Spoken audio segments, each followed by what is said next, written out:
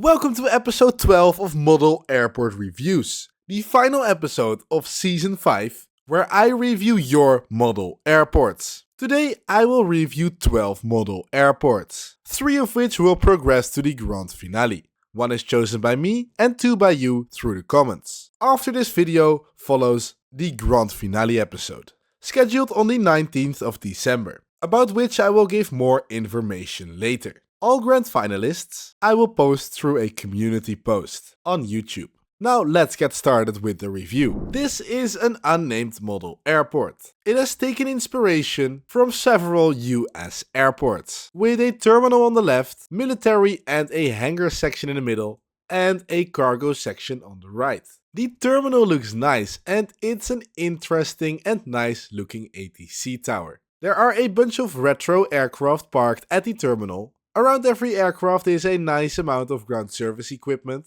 I like all of the different colored vehicles, though you could have added more ground markings. And next to the fact that you have plenty of belt loaders, try to see if you can get pushback tugs, catering trucks as an addition. The military section looks nice with military ground service equipment and personnel. In the center he has got the SR-71. And nice, I think 3D printed terminal and hangars. Lastly, the cargo section once again features a nice amount of ground service vehicles, a 3D printed building, and a nice lineup of cargo airlines, making it a very decent model airport. Next up is Kaos International Airport in Greece, a recreation of the airport known for the airplanes coming really low over the road when they land. And let's just compare this airport to the actual real-life airport, simply using Google Earth. And when we compare it to Google Earth, he nicely recreated the airport.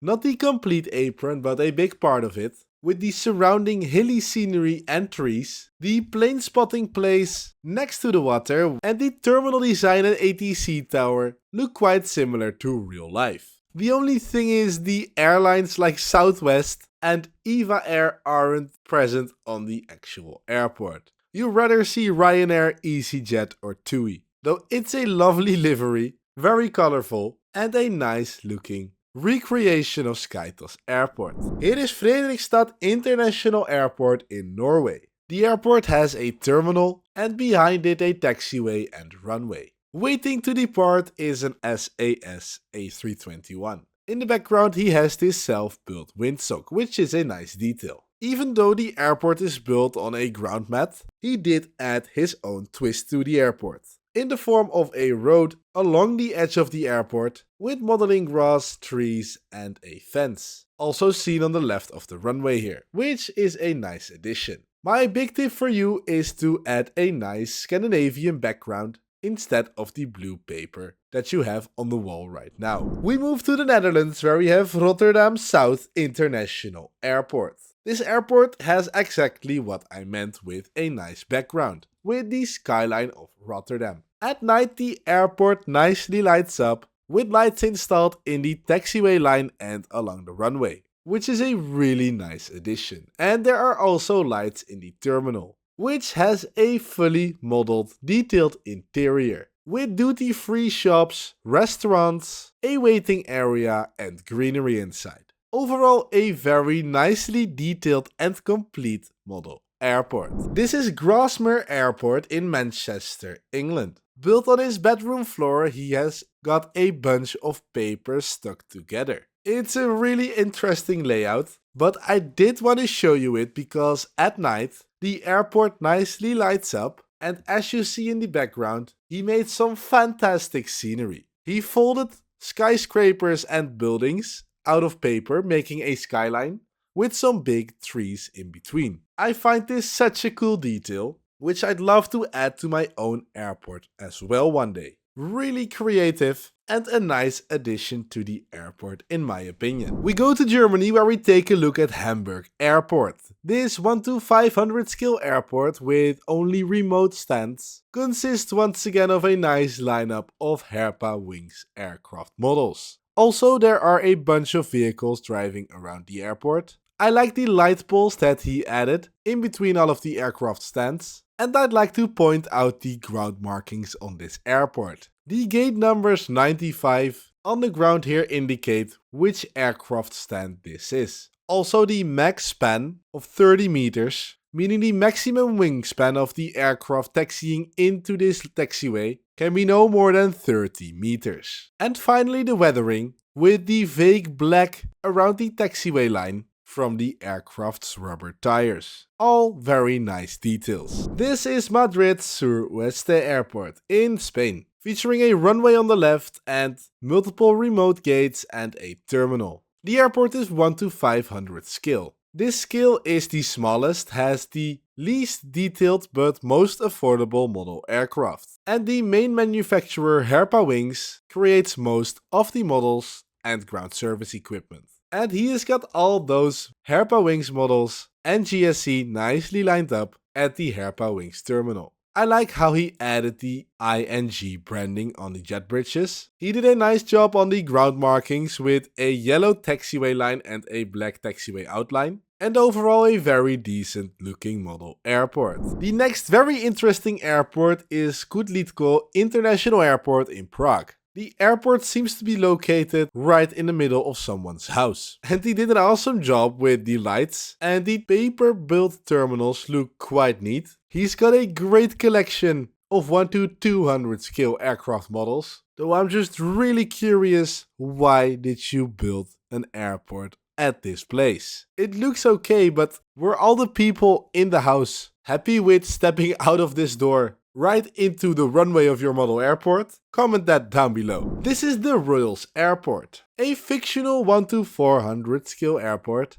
built on a airport ground mat, but with a very nice looking 3D printed terminal. Whether you built it yourself or bought it from somewhere, please share with us how you got it, because it looks fantastic detailed. He also added some grass tufts to the grass, and around the edge of the airport he installed an LED strip. Though be sure to add more ground service equipment, floodlights in between the aircraft stands, and add your own twist to a pre-built airport mat. Up next is Flugavan International Airport in Frankfurt, Germany. It's a tiny model airport with a runway, a tiny taxiway, and 4 aircraft stands. Though I think he has done a lovely job on this tiny airport. He's built a terminal out of foam. I like how he added the detail on the roof and some scenery in the front of the terminal. On the air side, he put some nice scenery around the runway with the trees, an ILS box and windsock.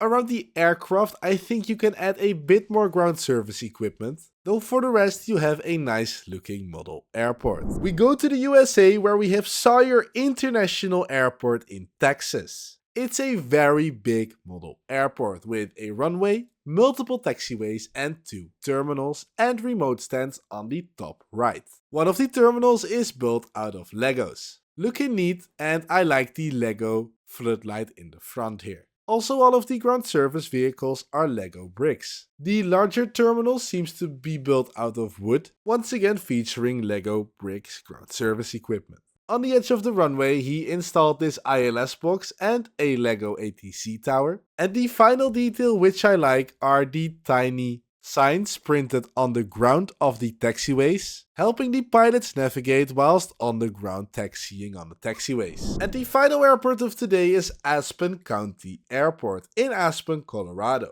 It's a 1 to 400 scale airport, and this is the private jet section that he recreated, with some lovely looking aircraft models parked. Around all of the models are some cars and equipment, and I would love to know where you've got these models from, as they look magnificent. It's also cool to see that he has got a road in the background with a mesh fence in between the airport and the road. And also here, all of the tiny details look really neat. Many ground service vehicles and airport workers around this tiny aircraft. Really awesome work on Aspen Airport. And that rounds it up for the last episode of Model Airport Reviews. Comment down below which 2 model airports you think should progress to the grand finale. Like I said in the beginning, I will post a YouTube community post with all of the grand finalists' names. Now thank you for watching. Please consider to like and subscribe to my channel, and I will see you in the next video.